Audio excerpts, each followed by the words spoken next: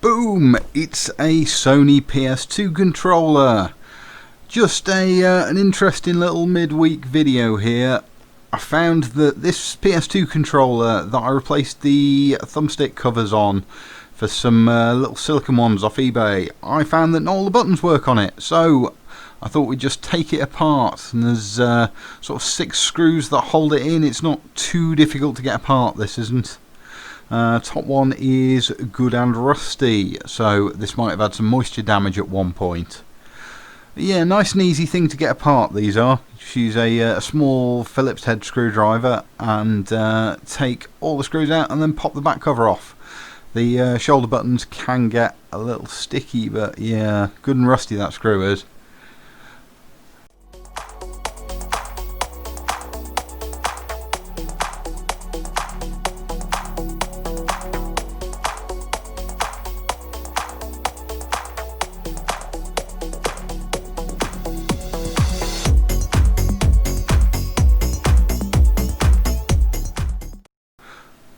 Okay, I've got all the screws out. We'll just pop them over here to one side, and then this one's not all the way out.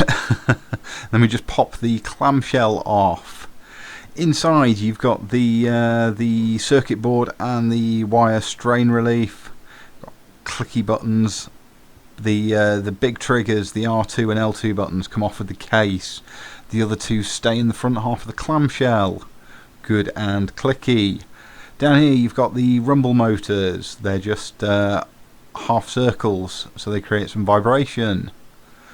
On the board, nothing particularly obvious. I imagine it will just be the pads on the back of the controller buttons. So if we just free up these motors a little bit and give this perhaps unreasonable force to get it out. Make sure we're not going to accidentally pull any wires out here or damage the board. There's one retaining screw in the middle that's behind the clamshell. You can't see this one until you've removed it. Let's just twizzle that out. There we go, and definitely lose it. That should free up the board. Yeah, if we just give the board a little bit of a pull here. Pull it all the way around, make sure those shoulder buttons are not catching, and there's the whole thing out in one. So what we're most concerned about here is it was the circle button that was not working properly. Now the traces and everything on the board look okay, so it's more likely to be just the pads for the buttons.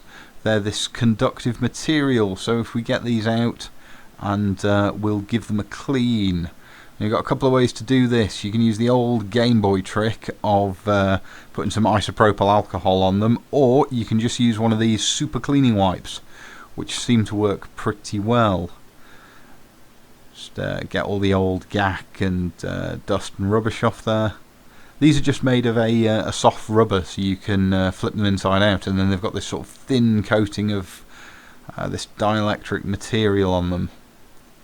Just make sure there's nothing too horrible there. We'll clean up these pads as well.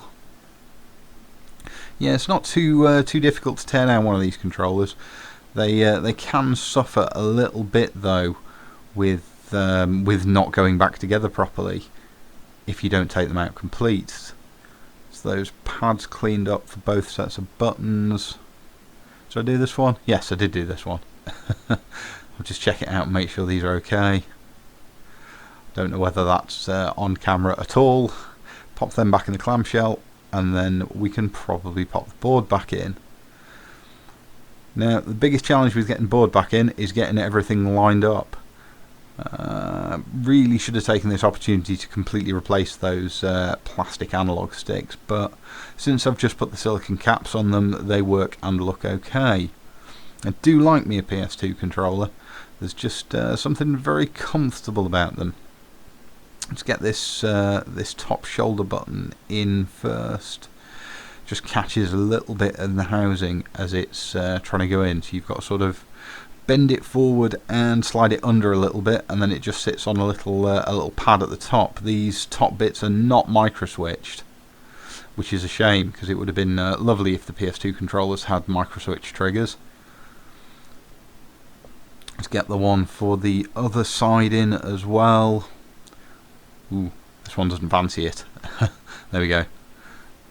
Yeah, lovely. Those are pressing down okay. They're not getting caught on the housing or on the board or anything. This is all good news. So get that, make sure that board's all back in position and get this retaining screw back in the middle. So as I said, PS2 controllers not too complicated at all. There's not a great deal to them. I mean, if this board fails in any way, then that's kind of it. The board's done. There's not much that's repairable on them. You've got a couple of tracks and obviously the button contacts, and then these two controller chips. Yeah, those buttons feel okay. Board's retained in the right place. So let's get the clamshell back on. We just clean up these shoulder buttons for the triggers, and then yeah, let's get all that dust off there, and then this should be okay to go. So the clamshell should go back together pretty easily, since it's, you know, a solid design.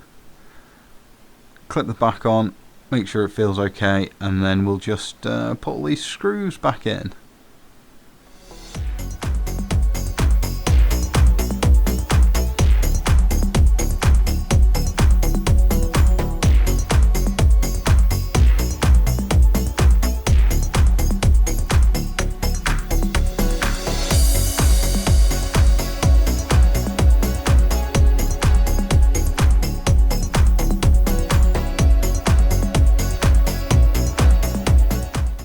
There we have it then. Give it a wipe over with this cleaning cloth to get it all cleaned up, and then this should be pretty well good to go back into service.